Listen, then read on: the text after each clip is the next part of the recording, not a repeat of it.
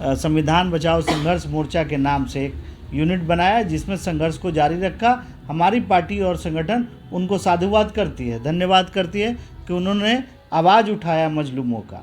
फिर वही रास्ते पे ले जाना चाहते हैं कि लोग संविधान और कानून व्यवस्था की बात छोड़ दे। आप किसी एक जात के प्रशासन बन गए हैं, ये सवाल है। और उससे पहले भी हम क्रम में देखते हैं कि उस क्रम में आपने एसपी का भी घेराव किया था और राज्य अनुसूचित जाति आयोग का भी घेराव किया था।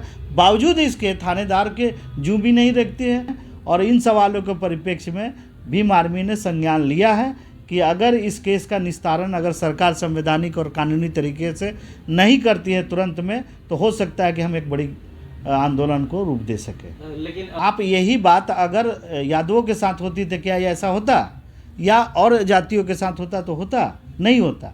तो यहाँ दलित, आप क्या समझ रहे हैं, इस अभी चुनाव के मोड़ पर खड़ा है प्रदेश।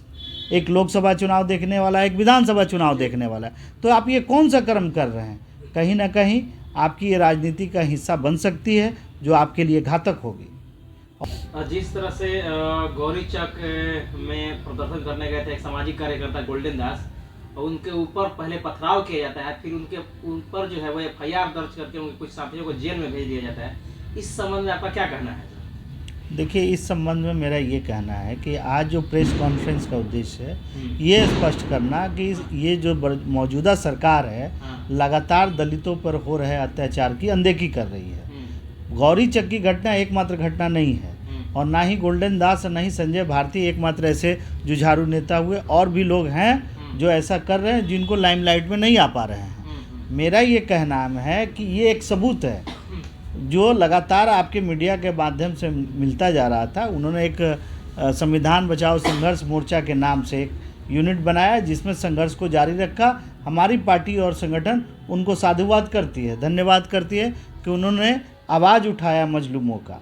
मेरा ये कहना है कि सवाल तो फिर वही रह गया ना कि जो पीड़ित परिवार था, उस पीड़ित परिवार को अभी तक कोई न्याय नहीं मिला, और थाना द्वारा जो भी की गई कार्रवाई उसमें बहुत सारी बातें आ सकती हैं, वाद विवाद भी आ सकता है।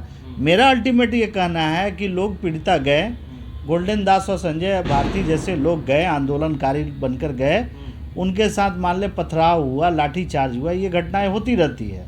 सवाल ये है कि ये नौबत आई कैसे है? ये नौबत इसलिए आई क्योंकि आपने पीड़ित परिवार को लगातार शोषित किया है। और आपका गौरीचक में थाना किस लिए बना है? क्या पोस्टमार्टम रिपोर्ट करने के लिए बना है कि कोई की हत्या हो जाए तो आप उसका पोस्टमार्टम कराएंगे और पोस्टमार्टम का रिपोर्ट भेजेंगे? थाना होती है शांति व्यवस्था करने के लिए, और शांति व्यवस्था के नाम पर क्या हो रहा है? लगातार आंदोलनकारियों ने ये दिखाया कि किस तरह से वहाँ का स्थानीय एक यादव परिवार है जो लगातार रविदास के मोहल्ले में जाके डराता धमकाता है और पिस्तौल चमकाता है, जिसका सबूत भी दिखाना चाह रहे थे। और ये हमारे जो माननीय थानेदार, मर्द वाले थानेदार जो हैं, वो क्या कर रहे हैं? वो बहस कर रहे हैं कि हम इसकी जांच करेंगे। आपका सबूत सामने है, फिर भी आप जांच की बात कर रहे हैं। इसका मतलब है कि जो 1990 में जो नक्सलवाद बढ़ा था, जब थाने नहीं सुना करते थे दलित और वंचितों के, शोषितों की बात नहीं, तो मजबूरन उनको नक्सली बनना पड़ा था। तो आप फिर वही रास्ते पे ले जाना चाहते हैं कि लोग संविधान और कानून व्यवस्था की बात छोड़ दे। आप किसी एक जात के प्रशासन बन गए हैं, ये सवाल है। और उससे पहले भी हम क्रम में देखते हैं कि उस क्रम में आपने एसपी का भी घेराव किया था और राज्य अनुसूचित जाति आयोग का भी घेराव किया था। बावजूद इसके थानेदार के जू भी नहीं रखते हैं, अपराधी कांपते नहीं हैं, बल्कि आपकी मर्दानगी तब नज़र आती है जब लाठी चलाना होता है। आप दलितों को जब जेल भेजना होता है तो मर्दानगी नज़र आती है, लेकिन जो पीड़िता परिवार है उसे ना आप सुरक्षा दे पाए, ना ही शांति का आश्वासन दे पाए। उल्टे जो है वो कह रही है कि भीम आर्मी के बदनाम करने के लिए कि भीम आर्मी के कुछ लोग जो है वो पुलिस पर पथराव कर रहे हैं। देखिए, पहले स्पष्ट कर दूं मैं कि ये जो आंदोलन है भीम आर्मी के द्वारा नहीं है। गोल्डन दास हो या संजय भारती हो, भीम आर्मी के सदस्य नहीं हैं, और ना ही उनके बैनर तले चला है। भीम के मानने वाले लोग हैं, बहुजन के लोग हैं, संवैधानिक अधिकारों पर वो अपना लड़ाई लड़ रहे थे, जो कि काबिले तारीफ़ है। लेकिन मीडिया लगातार दैनिक भास्कर भी सर कहा है कि भीम आर्मी के ही लोग थे पत्थर। नहीं, ये कल मीडिया में भी खबरें चल रहा है। चूंकि उन्होंने बार बार चंद्रशेखर आज़ाद का नाम लिया, जय भीम का नारा, तो एक माहौल बन जाता है कि ये हो ना हो, और ब्लू गमछी लगाते हैं जो एक प्रतीकात्मक है कि ये भीम आर्मी का ये सब सिंबल है। लेकिन मैं स्पष्ट कर दूं कि ये जो आंदोलन था भीम आर्मी का कोई इससे लेना देना नहीं था। लेकिन यहाँ बात खत्म नहीं होती है, बात खत्म होती है कि जो भी पीड़िता परिवार था उसको तो न्याय नहीं मिला। अगर आंदोलनकारियों को आपने जेल भेज दिया, क्यों भेजा? अगर उसने कुछ गलती किया तो क्यों गलती किया? अगर यह आंदोलन हुआ तो क्यों हुआ? ये सवालों का जवाब सरकार को भी देना पड़ेगा, थानेदार को भी देना पड़ेगा। और मैं तो कहता हूँ कि एसएसपी इसके लिए सबसे प्रमुख रूप से दोषी है। जब उनके दरवाजे पे गए तो उन्होंने क्यों नहीं इस बात का नियंत्रण किया? थानेदार अगर लगता है कि पक्षपात कर रहा है तो उसे क्यों नहीं हटाया गया?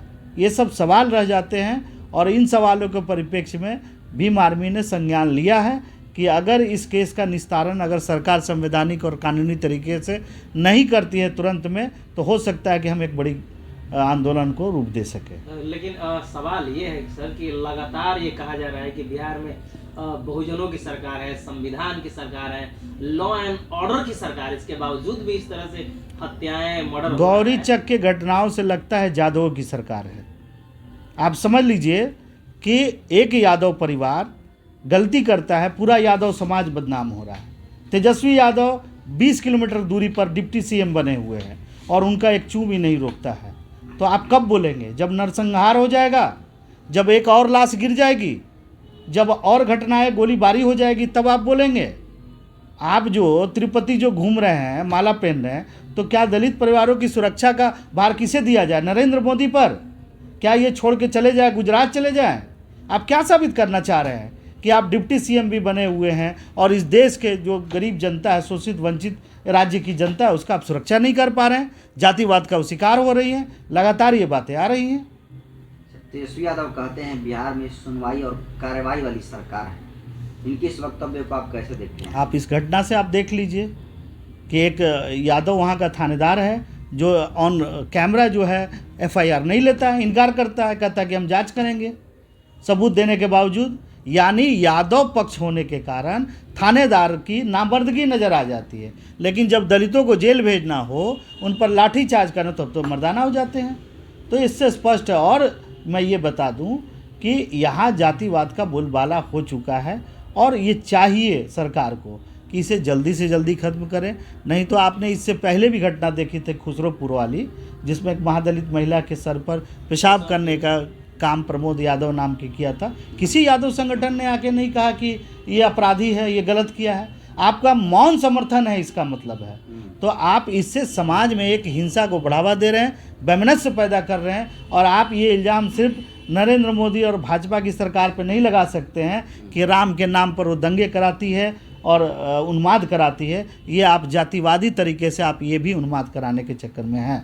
सर, पुलिस प्रशासन का कहना है कि गोल्डन दास जो है जो मांग कर रहे थे उसमें वायलेंट वो कर दिए, जिसकी वजह से मांग जो बीच में अटक गई और सही से सुनवाई नहीं हो पाई। जो मैंने वीडियो देखा है, आप लोग एडिट भी करते हैं, मैं उस पर नहीं जाता हूँ। लेकिन जो बातें हैं, गोल्डन दास की शब्द अमर्यादित थे और भीम आर्मी आज़ाद समाज पार्टी कभी भी अमर्यादित बेतुका बातें, बदतमीजी बातों को अपने जहन में नहीं लाते। आप देख लीजिए हमारे एडवोकेट चंद्रशेखर आज़ाद राष्ट्रीय अध्यक्ष, इतने ताकतवर होने के बावजूद कभी भी आप बदतमीजी से पेश होते हुए नहीं देखा होगा। संयम बरतना पड़ता है, संवैधानिक चीज़ों की बात करनी होती है।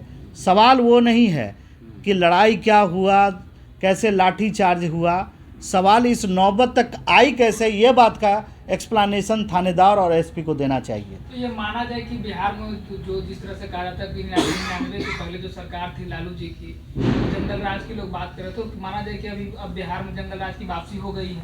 नहीं, जंगल राज की वापसी नहीं हो गई। किसी जाति विशेष और विशेष समाज को टारगेट करके सभी लोग अपना अपना फुटबॉल खेल रहे हैं, ये सवाल है। आप यही बात अगर यादवों के साथ होती तो क्या ऐसा होता, या और जातियों के साथ होता तो होता नहीं होता। तो यहाँ दलित, आप क्या समझ रहे हैं, इस अभी चुनाव के मोड़ पर खड़ा है प्रदेश। एक लोकसभा चुनाव देखने वाला है, एक विधानसभा चुनाव देखने वाला है। तो आप ये कौन सा कर्म कर रहे हैं? कहीं ना कहीं आपकी ये राजनीति का हिस्सा बन सकती है जो आपके लिए घातक होगी। और भीम आर्मी, आज़ाद समाज पार्टी इसका कड़ा विरोध करती है और आने वाले समय में ये बात की चेतावनी देती है कि इस तरह की घटनाएं लगातार होती रही तो हमें मजबूरन सड़कों पे उतरना पड़ेगा और इस सरकार का बहिष्कार करना पड़ेगा। पीड़ित परिवार के लिए क्या कुछ करना चाहेंगे? पीड़ित परिवार के लिए सबसे पहला बात तो उनकी सुरक्षा की जाए। और आप पहले समझ लीजिए, पहले की सरकार कहीं ज़्यादा संवेदनशील थी कि अगर सामंतों द्वारा किसी दलित बस्ती पर अगर कोई हमला होता था या आशंका होती तो चौकी बैठा दिया जाता था। और आज जो है गौरी चक में थाना है और सुरक्षा नहीं कर पाए। हटा दीजिए ये थाना। ये किस लिए? घुसखोरी करने के लिए, बालू से वसूली करने के लिए और लोगों से मोटरसाइकिल से पैसा वसूलने के लिए लगाया है। कहीं ना कहीं उस थाना पे आरोप भी लगता है कि जातिवाद किया जाता है। नहीं, आरोप तो लगता ही और लगेगा ही। आप सिर्फ उस थानेदार पे आरोप नहीं लगाएंगे। मैं तो कहता हूँ डिप्टी सीएम है तेजस्वी यादव, क्यों चुप हैं? वो देश की क्या वो सिर्फ यादवों के वोट से जीते हैं? उन्होंने दलित ने भी वोट विश्वास दे के दिया है, उनको सत्ता पे बिठाया। तो क्या उनका कर्तव्य नहीं बनता कि अगर उनके समाज का लोग अगर कोई ऐसा करता है तो उसे पाटने का काम करना चाहिए? आप जो है लगातार चुपचाप रह के, और सब मुद्दों पे तो आप मुखर हैं। बाबा धीरेन्द्र नाथ के मुद्दे पे आप मुखर हैं, लेकिन ये दलितों के अधिकारों के बारे में आप चुप हैं। ये कौन सा संवैधानिक सरकार है भाई? तो इस पूरे प्रकरण में आज़ाद समाज पार्टी का क्या स्टैंड रहेगा सर? देखिए, आज़ाद समाज पार्टी ने ये खेल शुरुआत नहीं की थी, ठीक है, और भीम आर्मी ने इस खेल का शुरुआत नहीं किया है, लेकिन लगता है अंत भीम आर्मी को ही करनी पड़ेगी। मेरा आखिरी सवाल सर, जिस प्रकार से गोल्डन दास हम कैमरा आगे बोल रहे हैं कि हमें भीम आर्मी का साथ चाहिए, बड़े भाई का हम आदर किए हैं, राजनीति उन्हीं से शुरू किए हैं देख करके, तो क्या भीम आर्मी का साथ गोल्डन दास को मिलने वाला है? देखिए, उनके बातों से मैं इत्तेफाक नहीं रखता हूँ। उन्होंने कहा कि उनको देखकर मैंने राजनीति की। कभी आपने सुना है चंद्रशेखर आज़ाद को भड़ुआ बोलते हुए, आप रंडीबाज बोलते हुए? ऐसा कभी सुना है? ये शब्दों का जो प्रयोग है उनको संयम रखना चाहिए।